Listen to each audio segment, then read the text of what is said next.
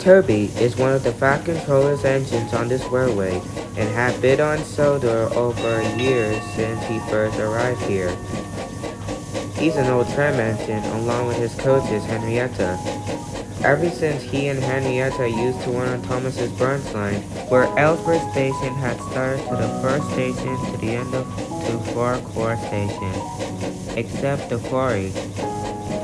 He had been working to the Ffarquhar Quarry with Mavis, Percy, and Stepney, and even though Toby does those jobs on the Branchline, not even the main line he used to work here.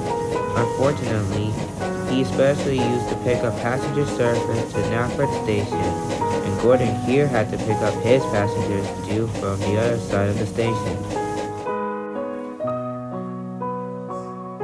At the same time that night, Toby usually runs home to Tidmouth Yards, where Thomas and Percy sleeps in during the night.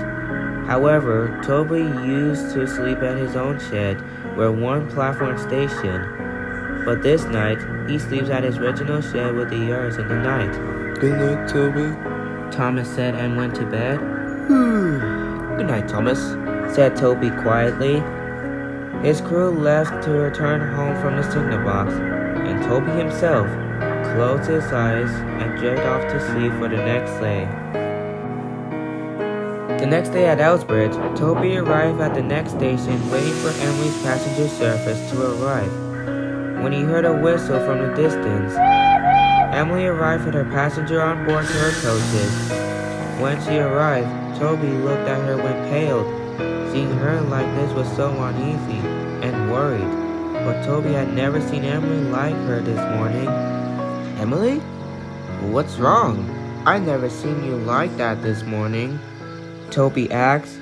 Emily looked around, trying to make sure no one hears this conversation. She spilled her words and told him about. Well, this morning I was on train duty on passenger to aboard to my coaches. I was waiting to leave when I saw Fergus shunting a slow goods for the engines.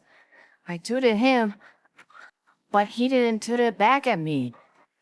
Fergus? What had happened to him this morning anyways? Toby questioned before Emily continued again. Then I asked him what's wrong with him, but when he backed down at the platform, I froze. I saw him. He was all splattered blood all over him, and his eyes were so tiny, and I was surprised to see Fergus like this all morning. Then I asked him what's happening to him, but he didn't say anything, and looked at me with eye contact, regular sized contact, then puffed away to do some more shunting. Before I could say anything, the guard blew his whistle, and I puffed away to the next station. I said nothing until I went silent. Toby was surprised. Hearing Emily's conversation was so horrified and didn't know what to say. Just as the guard blew his whistle and Emily reached away to the station, unhappily so as the wind blew, Toby was still shocked after what Emily just said. He was thinking about Fergus, about what he saw the other night, but didn't want to tell no one about this. That means he might be hiding something, but that could be only one thing. Soon, the passengers were on board and traveled to the next station until about this situation. Later that day, Thomas was oiled up for his evening train, and Percy was filling up on coal and water for the next train in the morning. Toby had came late that night and felt so uneasy. Thomas and Percy could imagine what bothers Toby this afternoon, and barely went well. Hey, Toby, you feel okay? Is everything alright? Thomas asked when he was all up. Before Toby was about to tell Thomas, his driver and fireman came out of the cab and left for home. Toby then wanted to tell Thomas what Emily had said this morning. This morning, Thomas, I was taking a passenger service for the Branchline. and Emily arrived with her passengers on board. She felt scared and told me like, "Oh, something's wrong with Fergus." Fergus, you said? Well, what happening to him anyways? Thomas questioned before Toby could say any more. Well, Emily said when Fergus backed down to the platform to show her something, she froze. Thomas and Percy were felt uneasy and very shocked for hearing such unusual news. What did she saw after Fergus backed up to the platform? Percy asked nervously. And there was splatter blood all over to his buffers and his chin. His eyes and his black, tiny eyes were so horrified that I could even imagine how terrible happened to Fergus. Before someone could ask him what had happened, Emily told me that he heard puffing of a steam engine, but she couldn't see anyone around her. And that's what happened. Fergus himself wouldn't spoke again.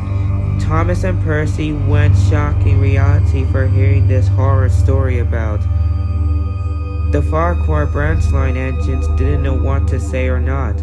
They knew that this isn't true about something will happen to him. So they went to bed and closed their eyes and tried to ignore the situation. The next day morning for work, Toby was taking up on water and coals for the seaside. He still went pale after hearing such horrible stuff, and Fergus would splatter blood all over him. Before he could ease his axles, the Fat Controller came this morning to talk to Toby for the job. Good morning, Toby. I have some serious job due tonight. And what kind of job will happen tonight? Toby asked nervously. Well, we have some problems going on at the Ffarquhar Quarry, construction's going on. So from the seaside, you take some of the workers from the seaside station and take them to the quarry to get fixed because it was broken. Until they finish, you can go back to your shed at night because the switches are meant to be repaired for tonight. Yes, sir. I think I can do that. That's what I want to hear. Now get your coaches and the workers will be waiting for you. The Fat Controller pleased when he left and returned to his car. Now Toby feels much better after that. Soon, his water and coal was completely full, and they set off to the seaside where boats filled with fish loaded. At the seaside and boats were, as always, Toby was along with Henrietta waiting for the workers to arrive. The wind was blowing and the sun was about to get dark. But Toby wasn't sure what was about to happen to the quarry. And Daisy might handle the Branchline train, and also for Thomas and Percy, also a way to do some other jobs as well. Then Fergus arrived with the goods were loaded onto his train as he backed down. "Oh, Fergus, are you alright? I heard what happened to you. Was there splatter blood all over you? Toby froze. He didn't notice that there was no splattered blood on Fergus. He was all clean and fresh now. But that's not Fergus like this. But he was in a different change, and yet knows that he wasn't himself. And now, look at him, all cleared up and even felt uneasy." "Fergus?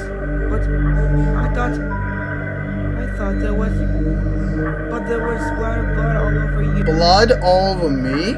said Fergus, confused. "Well, I was completely washed, Toby. So what's wrong with me now?" But Emily told me about that story. It was so horrifying. She said that you had splattered blood all over. Toby continued. "I don't understand what you're talking about. I am clearly fine right now. It's just I don't even know what Emily said, but I'm still fine, Toby. At least. Where are you heading Where are you hearing this anyway? Fergus asked before Toby continued that. The guard's whistle was called, and people were on board waiting. Come on, Toby. All the passengers got in, said his fireman. And so, Toby were now heading off to the Branchline Quarry. None of them noticed that Fergus was watching them left as the sun was about to set. Maybe he was been hiding something, or yet, he might have seen things. That will be for nothing.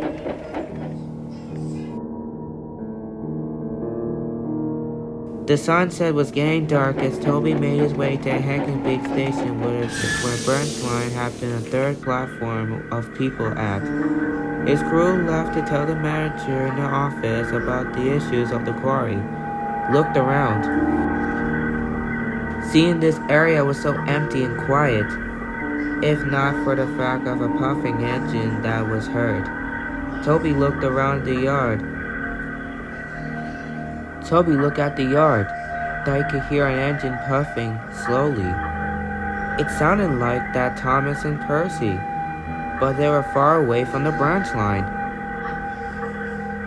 which is coming from a steam engine that were helping to work the branch line. Then Toby was so distracted that he didn't hear a horn at distance. It was Daisy that was finishing the last passenger service for the day.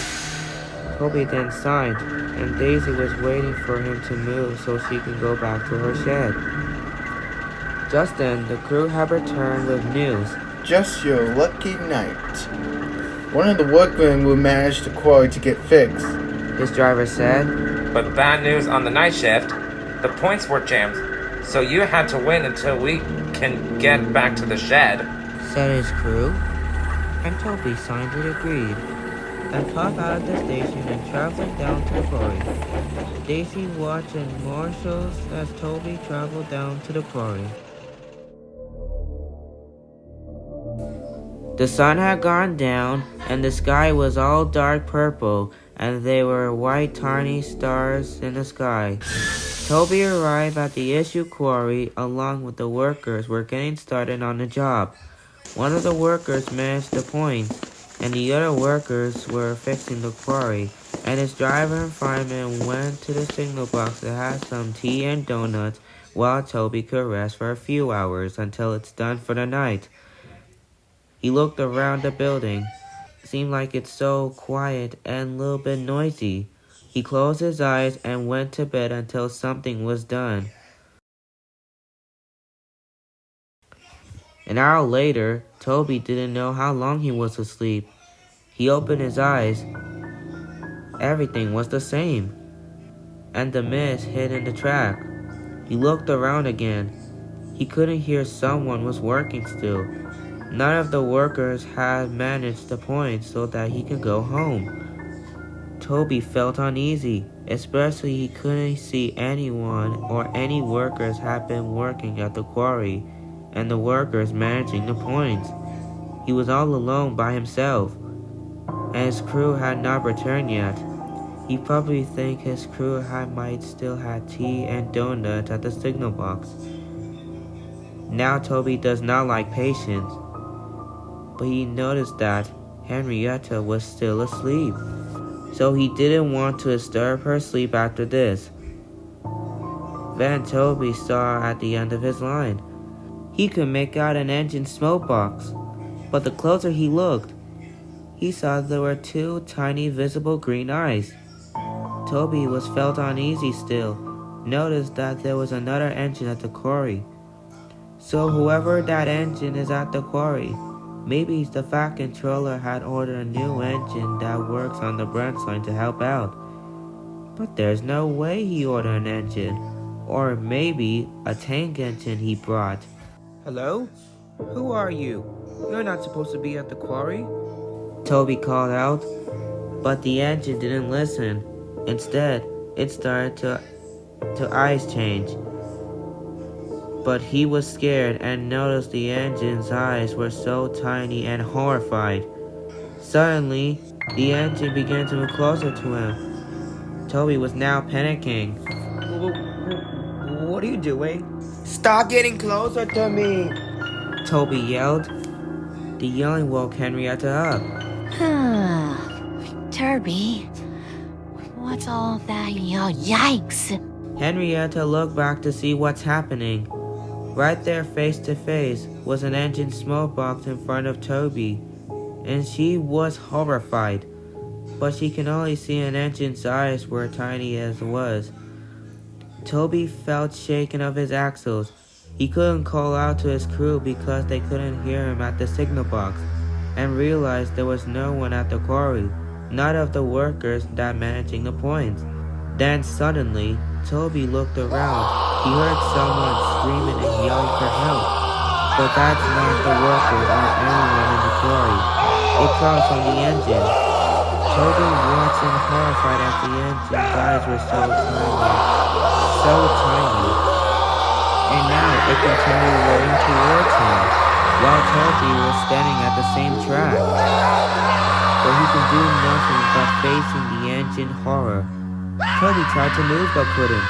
He realized his fire was out and couldn't call for his crew again because of the noise. Then suddenly, he heard splattered blood, and this time it wasn't the workers.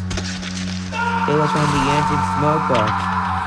Then, Toby noticed that this engine was not laughing, but instead, it was smirking, and it felt like enjoyment of his life. Then it continued rolling towards Toby, which feeling was about to touch his buffer. Toby and Henrietta had enough. They shut their eyes as an engine joined crushing them and screaming for the quarry to hear.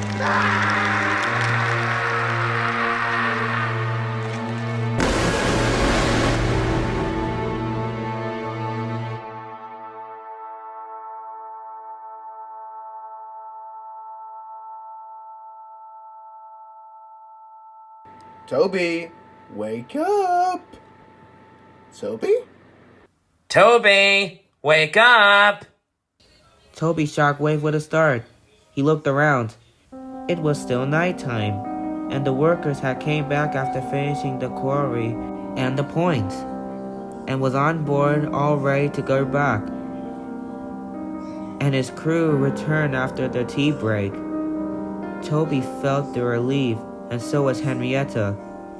Just then they set out their engine's fire and puffed away, while Toby was still went pale.